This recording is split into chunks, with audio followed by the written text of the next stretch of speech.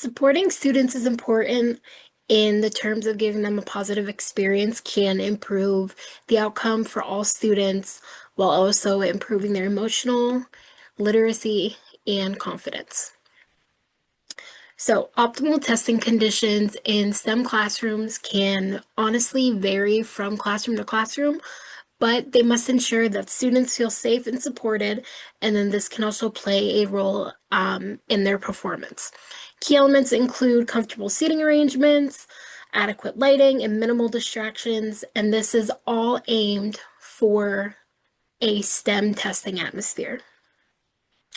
When the students are in the classroom, most of the time they will be required to be able to think outside the box and then innovate new ideas.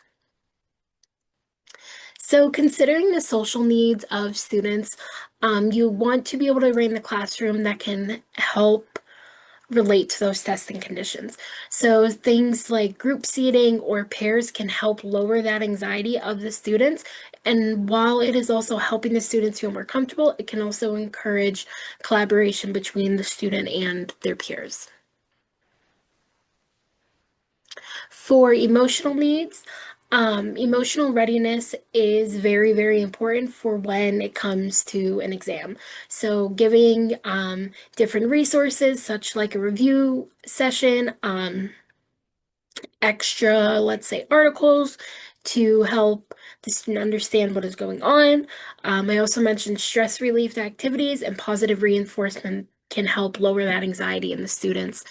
And I have noticed even with my students, the lower anxiety they have or the better they feel about an exam and the content, they will typically perform a lot better than those who felt that they need more preparation. Developing a structured review schedule allows students to engage with the material consistently leading up to the exam, reinforcing their understanding and promoting consistency. Being able to consistently review the material can also address knowledge gaps. Stimulating testing conditions during practice tests helps students to practice their skills before it is time to actually take a test. This is an opportunity to allow the students to work diligently, asking questions and easing their test anxiety. Providing clear guidelines and expectations for exams can help students prep for exams better. If the student review for an exam, they typically perform better on the exam, which can allow for confidence boost. It's important to address any misconceptions students may have prior to the assessment, as you want to ensure that they have all the correct information leading into something that will test their knowledge. Part of addressing misconceptions, though, is discovering them, and this is most effectively done through formative assessments taken throughout the teaching unit. These formative assessments are less intensive and lower stakes than summative assessments, but they can help a teacher highlight where gaps in knowledge are forming and then correct in future lessons. Another method to help identify misconceptions is having students explain the content in their own words, whether it be through a written exit ticket or an exercise in helping another student or a formal discussion in class.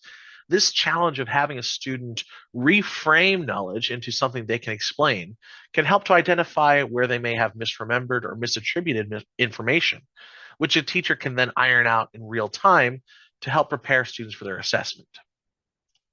During assessments, it's important to manage students that arrive late or don't arrive at all. For students who arrive late, we want to make sure that they have the most time possible to take the assessment. So providing makeup opportunities or extended time for those students might help ensure that they have an equitable opportunity to prove their knowledge. It's important to be professional in how you address it. We don't want to make the student feel bad for being late because we don't know the circumstances. And we want to make sure that they can test just as well as the other students.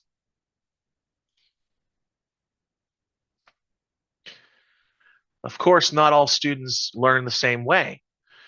For students that have accommodations, it's important to make sure that, again, they have an equitable access to the assessment, whether that be by providing extra time for the assessment whether that be by perhaps offering an alternative format for the assessment or even giving them breaks during testing.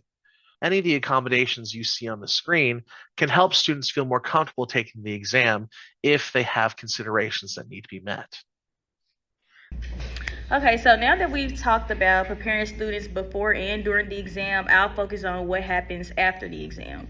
This stage is just as important because how we respond to assessments fully directly impacts student growth and motivation.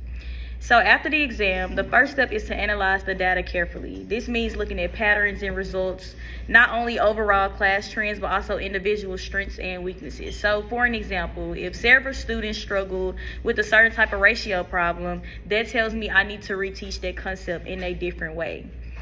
The next step is to provide students with feedback that is timely, specific, and actionable. So instead of just telling students the score they earned, I explain what they did well and where they can improve. So this kind of feedback helps students see assessments as learning opportunities rather than just grades. So it's also important to involve students in reflection processes. I may have them complete an error analysis where they look at the missed questions and write a strategy on how they approach similar problems in the future. This builds student ownership and helps them transfer learning into the next unit. And finally, I use the exam results to guide my instructional decisions. So assessments are not the end of learning, but it's just a tool that informs what comes next into my teaching. So whether that means small groups or targeted practice, adjusting pacing, or interrogating more scaffolds, the goal is always to close learning gaps and help all students succeed. So in short, the work after exam is about reflection, feedback, and reteaching. By treating assessments as a bridge to future learning, we can support student growth and ensure every learner moves forward with confidence. Thank you for watching. Here are some more resources you can use to get more information.